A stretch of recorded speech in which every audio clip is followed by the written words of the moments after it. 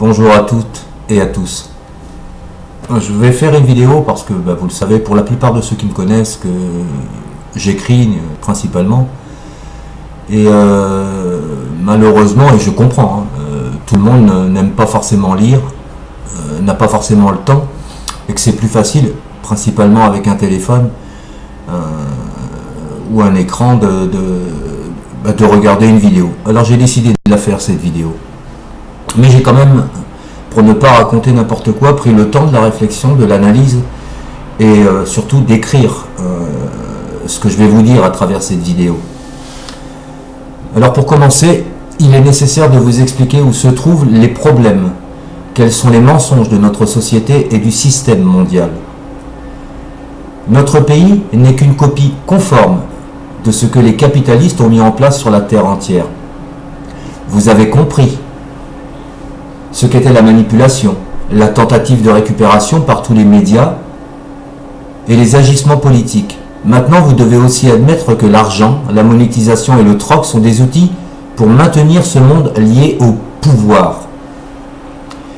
C'est parce que je côtoie chaque jour qui passe de nouvelles personnes que j'ai pu avancer dans cette conclusion. Je suis fier d'avoir accepté de ne pas tout savoir et de vouloir apprendre et comprendre comment le système fonctionnait. Bien sûr, comme vous, j'ai compris quelques erreurs que je reconnais et que j'ai commises, mais j'ai continué d'avancer et le résultat de mes analyses vaut tous les livres d'histoire qui tentent de nous faire avaler de force. Je suis heureux d'entendre chaque jour des gens prêts à défendre les intérêts et l'avenir de leur progéniture, de nos enfants ou de nos petits-enfants. On compare souvent les peuples aux moutons ou à l'autruche, mais il est aussi utile de rappeler que chez les moutons, il n'y a pas que des agneaux, mais également des béliers qui sont courageux et qui peuvent foncer tête baissée sur qui se mettrait en travers de son chemin, et que l'autruche sait se battre farouchement quand elle relève la tête du sable. Tout cela, les oligarques le savent, et c'est la raison pour laquelle ils sont devenus propriétaires de tous les merdias du monde.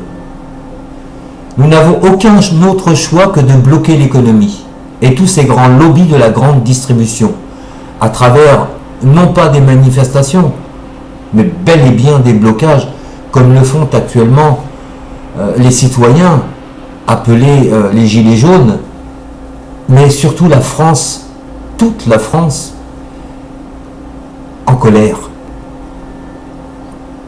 Comment peut-on encore de nos jours accepter que l'abondance appartienne à ces oligarques alors qu'elle peut être distribuée et fabriquée gratuitement? Bien entendu, il faut être pacifique le plus possible. Mais avoir conscience qu'en face, ils ne le sauront pas car ils ont trop à perdre et que nous devrons aussi nous défendre de leur violence. Ne vous voilez pas la face et ne suivez pas bêtement ceux qui prétendent le contraire. Nous avons la science, les connaissances, la matérialisation et le pouvoir de changer le monde et le système. Mais bien entendu, ces quelques milliers de personnes qui dirigent le monde sans partage ne souhaitent pas perdre leurs privilèges, leur pouvoir et leur maîtrise de la manipulation collective, les 1%. Vous rendez-vous compte que sans argent dans le monde, il n'y aurait plus de guerre, plus de voleurs puisque plus rien à vendre, plus de maîtres, et un retour fondamental sur le bien vivre ensemble dans un monde meilleur et plus juste. Certes, ce n'est pas simple à mettre en place, mais c'est juste possible. Une bonne dose de volonté, la fin des égos surdimensionnés, le partage de toutes les connaissances, l'acceptation de l'autre dans toutes ses différences, la découverte d'autres cultures et la fin de la misère dans le monde. Cela ne mérite-t-il pas d'être fait? Pour obtenir ces solutions existantes et devant nous, nous devons nous battre en les touchant. Les oligarques, les lobbies ou les Bilderberg, au porte-monnaie, donc sur l'économie. Toutes les manifestations de marche dans la rue n'y changeront rien si nous ne bloquons rien. Ça fait 30 ans qu'on fait la même chose. Et 30 ans qu'on n'aboutit à rien. Nous devons reprendre ce qu'ils ont volé à la planète et dont ils se sont fait les propriétaires depuis tout temps. L'esclavagisme moderne doit cesser et nous ne devons plus accepter qu'il se joue de notre intelligence. Je suis personnellement très attristé du comportement laxiste de mes compatriotes qui ne peuvent pas s'apercevoir de leur utilisation et de cette manipulation collective. Oui, des réactions sont nécessaires et des actions aussi, mais il ne se passe rien. Bien sûr, la peur se lit sur les visages et Internet diminue leur courage s'il n'encourage pas leur faiblesse. Bien malgré moi, je m'éloigne petit à petit des réseaux sociaux, pourtant bien utiles, mais si mal utilisés. En tout cas, sûrement pas pour rassembler, comme avec les merdias pour diviser. Je cherche encore, non pas pour endormir les consciences, mais pour que les citoyens s'unissent, et pour le moment, je ne trouve pas le moyen de faire comprendre leur réel pouvoir. Ils sont trop perchés dans l'illusion, dans l'inconcret, dans le surnaturel, et on oublie même ce qu'ils ont devant les yeux et au-dessus de leur tête. J'écris beaucoup, tout comme je lis leurs balivernes à longueur de journée, mais je ne trouve plus les mots pour les alerter. Je suis vraiment abasourdi de leur inconscience. Je ne sais pas si un jour ces écrits serviront à quelque chose, ou cette vidéo. Je me sens obligé de le faire pour les quelques-uns qui comprennent que notre monde va très mal. Je ne suis pas là pour faire pleurer dans les chaumières, mais je ne suis pas là non plus pour faire comme si tout allait bien autour de moi. La seule question qui se pose, vraiment et prioritairement, c'est pourquoi n'arrivons-nous pas à nous rassembler et à nous mettre d'accord? Nous sommes déjà en novembre 2018, à la veille du blocage national lancé au lendemain d'une pétition sur l'augmentation du carburant qui aura surpris tous les médias et tous les orateurs privés sur les plateaux de télévision, mais également les journaux, des quotidiens qui écrivent et qui inventent autant de raisons opposées aux conséquences réelles de la colère nationale qui anime tous les participants de cette révolte populaire. Il y a autant d'interdictions que de lois qui vont à l'encontre des droits de l'homme et du citoyen à manifester et à contester les décisions prises par l'ensemble des apprentis sénateurs qui siègent au Parlement, à l'Élysée et au gouvernement. À l'heure où j'écris ces quelques lignes, le 16 novembre 2018, l'État, le gouvernement, les préfets, le ministre de la Justice, les policiers et les gendarmes, sous les ordres directs de leur hiérarchie, s'apprêtent à bafouer les articles 2, 4, 7, 10, 11, 12, 14, 15 et 16 des droits de l'homme et du citoyen de 1789 et de la charte signée par la France et quelques dizaines d'autres pays, mais également l'article 18 du préambule de la Constitution française de 1958. Que me reste-t-il à faire sur ce résumé bien complet? Cette vidéo. Mais surtout, juste à vous dire ce que je ressens. Moi, l'auteur de cette vidéo et de ces écrits, je souhaite l'éveil des consciences et le réveil des paternels, le courage de la main levée, l'anéantissement définitif de l'injustice dissimulée et manipulée et la fin de tous les pouvoirs abusifs et capitalistes. Nous avons compris comment fonctionnait le monde. Mais de quel droit devrions-nous choisir de quel côté des manipulateurs ou manipulés aurions-nous notre place? En dehors du statut et des origines sédentaires qui peut encore vous faire croire que vous êtes différent de votre voisin. Bien sûr que nous ne naissons pas égaux, certes, mais nous ne sommes pas différents. Seule notre éducation et le milieu dans lequel nous serons élevés fera la différence. De quel droit ont-ils le pouvoir d'anéantir des populations entières pour leur voler leurs richesses culturelles et financières telles que l'or, les diamants, le pétrole, le gaz, les terres riches, l'argent, l'uranium, le charbon ou toute autre matière non abondante? Nous sommes complètement responsables de ce que nous laisserons comme héritage de vie à nos progénitures. Au regard des événements appelés Gilets jaunes du 17 novembre 2018, et puisqu'il est établi que lorsque les citoyens se réunissent ensemble, sans aucune division, mais en mettant tout de même de côté les politiciens, les hauts fonctionnaires syndicaux et les partis, le seul et unique moyen de faire plier les oligarques, les lobbies et les banksters, eh bien, il est bien de bloquer l'économie le même jour et ensemble.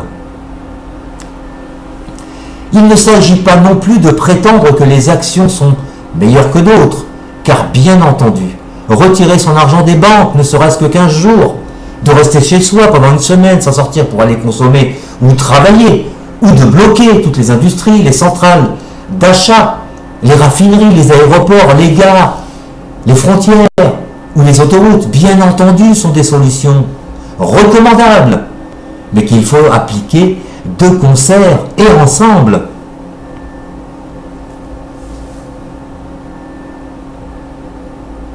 Depuis le 17 novembre 2018, les médias, les politiques et les syndicats qui ont totalement été écartés de ce mouvement appelé citoyens des Gilets jaunes et qui ne savent absolument pas comment le gérer, tentent pour les uns de le récupérer et pour les autres de le discréditer. Une fois encore, comme à chaque fois, ils inventent des citoyens ou ils les invitent à se rendre à un seul endroit où les attendront, bien évidemment, les forces de l'ordre en nombre suffisant. L'État n'étant pas en mesure de déployer ses forces de l'ordre sur tout le territoire depuis le non-renouvellement des fonctionnaires entamé depuis plus de 15 ans. L'État, disais-je, n'a pas d'autre choix que de tout faire pour minimiser leur nombre en les divisant et en les rassemblant sur une même ville, Paris par exemple, pour mieux les contrôler et le cas échéant, les matraquer, les gazer et les arrêter. Les médias et les partis politiques, bien que ce mouvement soit totalement d'initiative populaire et citoyenne, trouvent, inventent ou nous imposent des porte-paroles pour obliger ce mouvement à stopper ces blocages, sous le prétexte de ne pas ennuyer les citoyens, alors que c'est bel et bien l'impact économique qui les dérange, et ils incitent ce mouvement à se déplacer en marche docile dans la rue, sur Paris, où toutes les forces de l'ordre vont être déployées et vont procéder à de nombreuses arrestations. Il n'est pas compliqué de comprendre aussi qu'en ce qui concerne les syndicats, il serait préférable de s'allier à cette initiative populaire, car, en effet, si les citoyens obtenaient gain de cause sans l'aide des syndicats, leur crédibilité serait durablement et définitivement remise en cause.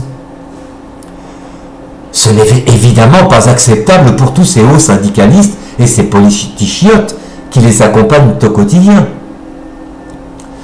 Pour ceux qui s'imaginent comme les pseudo-spécialistes du comportement des masses invités par les journalopes sur les grands écrans de télévision ou dans les encarts des torchons prétendus être représentatifs, que les citoyens sont de sombres abrutis et ne pensent pas aux solutions de l'après.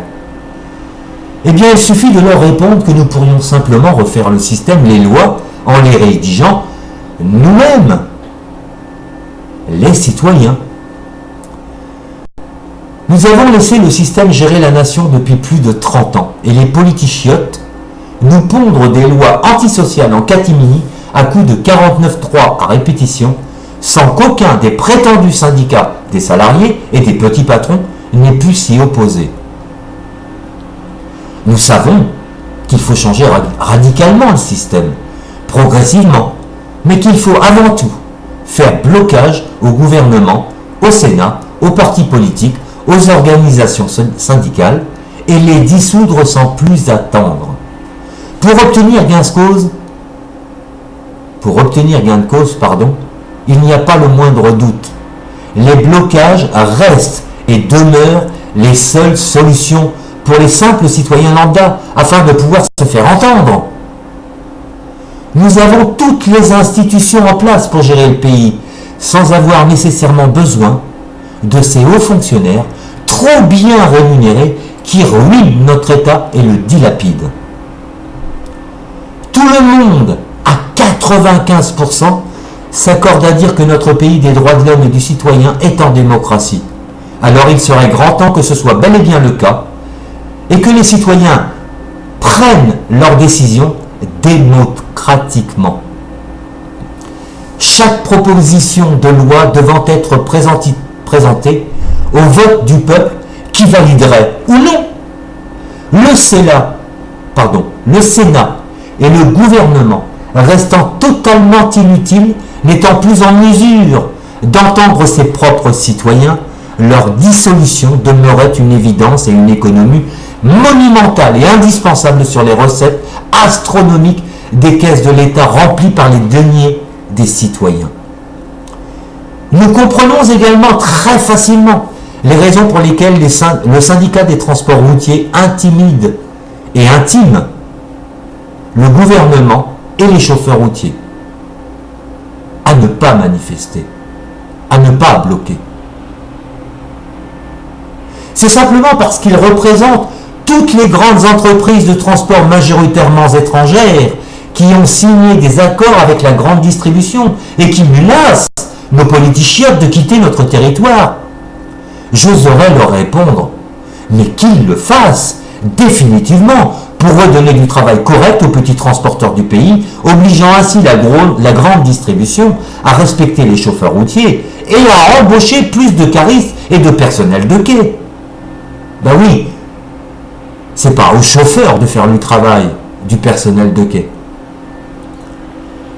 Tout doit être remis en cause tel que le permis à points, les taxes en tout genre sur le tabac, l'alcool, l'essence, les biens, les routes, le carburant, la revalorisation des salaires et des retraites sur l'indice du coût de la vie réelle, le RSI, l'ISF et toutes les aberrations du système en place.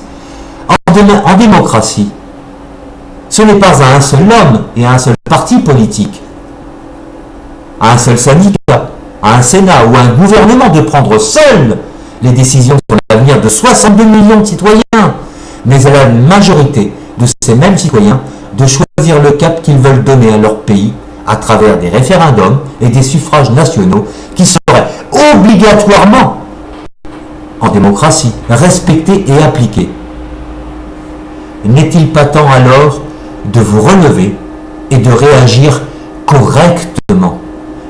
Oui, je vous le demande et ce seront mes derniers mots sur cette vidéo. Bonne réflexion à tous. Merci de m'avoir écouté et de votre patience.